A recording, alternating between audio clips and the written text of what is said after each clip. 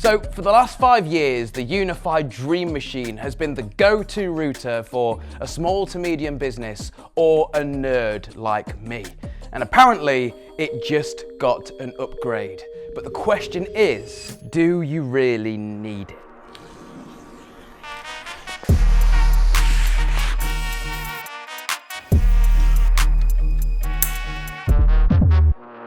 So for the last 4 to 5 years of my life, I have had the Ubiquiti Dream Machine Professional as my daily router in my house. I actually remember the video that I made all those years ago when I installed it in the loft of my previous house. I since have moved house and brought that router with me to the new place. The majority of Ubiquiti stuff rack mountable like this. However, the original Dream Machine and now the UX, the UniFi Express, which I actually have behind me over there, in front of me right here, we have the Dream Machine Professional Max. Pro Max. All of these devices are routers that run the UniFi software. The fact that the previous generation of this is super powerful, has IDS and IPS, it's really simple to understand with some fairly expert features that require no command line whatsoever and have a lovely graphical user interface for simple people like you and I. And the simple fact that this box not only does all of your routing, but has a cloud video recorder built into it. Which, by the way, I am an absolutely massive fan of. UniFi Protect is awesome. This is a 8TB surveillance 3.5-inch HDD. There we go, 8TB installed just like that. Now, what makes this device different from the previous? And I'll be frank with you, a few good things and a few things I'm slightly disappointed in.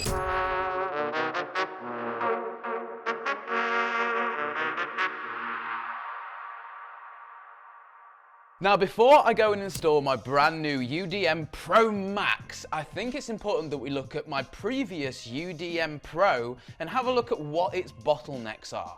This is the UniFi software that I've been mentioning. It runs on this device and is cloud accessible from anywhere in the world, and it basically allows you to control advanced features in your network easily through a GUI. Now, if I navigate over to the main settings of this machine and click on About this console, you'll see here that our CPU load is currently around 25%. Bear in mind, nothing is happening at the moment. Now, if I go ahead and run 2 speed tests on a remote computer here and have a look at our usage, yeah, as you can see, our CPU load is now on 86%, and that is just one computer on the network running a simple speed test. There we go, we are pinned at 100%.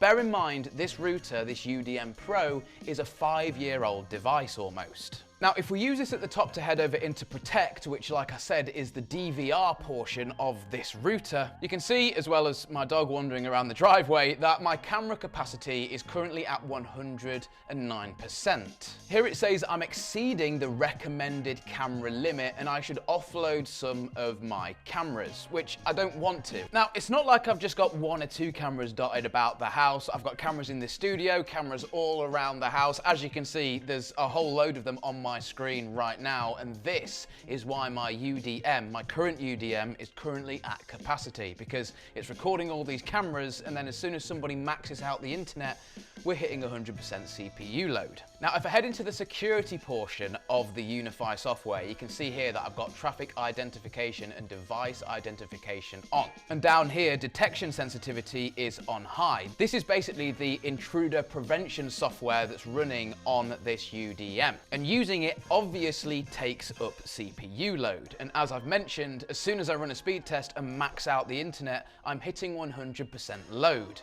Now, the new UDM Pro Max is receiving a load of stick over on Reddit for not really bringing anything new to the table. But for me, a long-time user of the original UDM Pro, the extra horsepower of this new device is one of the things I think I'm going to really enjoy. Now, let's go and get it installed and test this thing out and see if it's really worth it.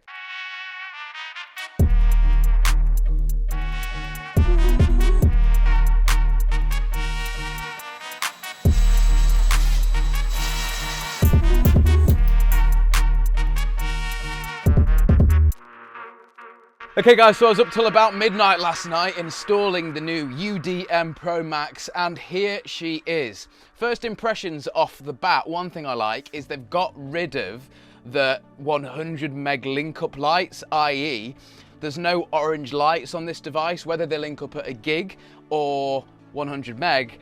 They're all green. It's uniform and looks nice. Now for me at this current moment in time, I'm not using the RAID array here that this new device offers, and that's mainly due to the power that this thing uses spinning up another hard drive. In the sense of, if I lose this drive and therefore lose my camera footage, it doesn't really matter. I've not got a business that I'm running out of here. Now, a quick note on the switching. A lot of people on Reddit were saying that they're annoyed this device doesn't have 2.5 gig Ethernet ports on it as well as PoE. Now, I completely agree with all of the complaints here. I think what Ubiquiti are doing with this device is they're thinking to themselves, if you are going to purchase the Pro Max, you are probably on site going to have sufficient 10G switching already available, which I do here. As you can see, I'm utilizing the same two 10 gig SFP Plus ports to my Ubiquiti switch here, and then this one goes off to the 10 gig switch over in the studio.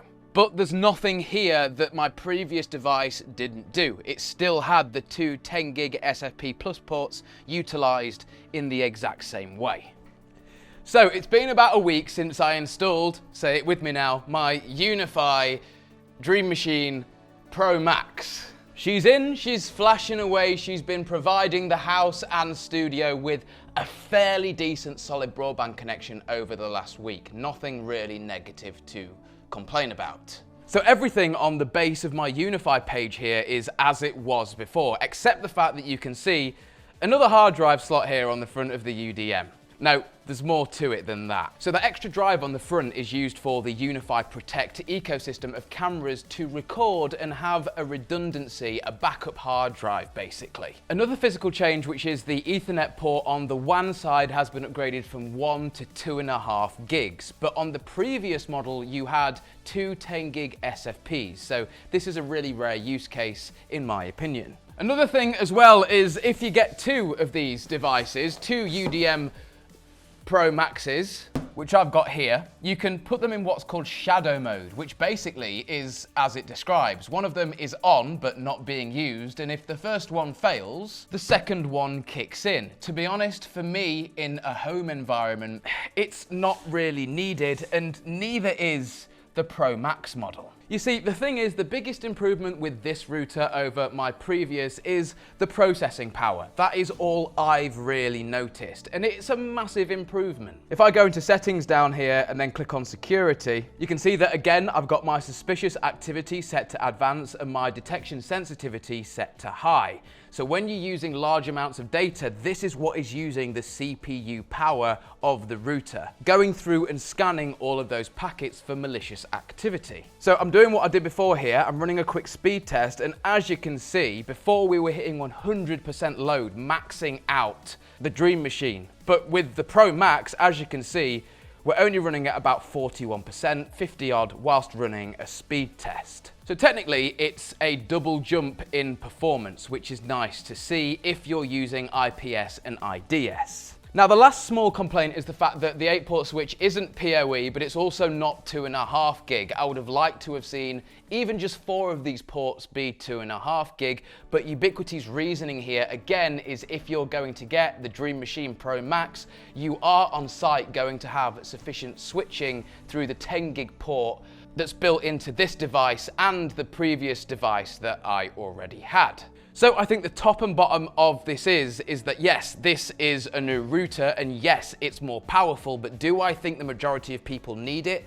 The answer's no, unless you run a large application with, let's say, 15 to 20 cameras. You've got 2 gigabit WAN connections connected to it like I have, doing load balancing and IPS and IDS. Or, and I can't speak for this because I don't use it, but if you have a large access deployment, which is Ubiquiti's sort of card reader system for offices, if you had one of them deployed, I'd recommend getting the Pro Max just because it has that little bit of extra power for running all of these applications. Then you get the Pro Max. If you're not, and you've just got a couple of devices, you will get away with saving yourself yourself some money and getting the original Dream Machine Pro. Because everything else within the OS is pretty much identical as it was before. But you know who's not always changing? Our sponsor, Squarespace. If you guys are looking for a really simple way to get a website together, then you can use Squarespace to do so. They have thousands of professionally designed templates online for you to pick and choose from, or you can just start from scratch if you'd like to. If you choose one of the templates, it's not the be-all and end-all. You can change it by changing the colors and the themes and where things are on the Squarespace website. You can make it yours, so it looks like you've done it, even though you sort of haven't. It's like a website cheat code. You can also sell products on your Squarespace website and check out things like SEO, which will tell you how your website's going to appear on search engines like Google. It's actually really important for traffic. Save yourself 10% off your first Squarespace purchase or domain by using code TechFlow. But with that being said, guys, my name's been Alex, this has been TechFlow, and I'll see you in the next one. Peace.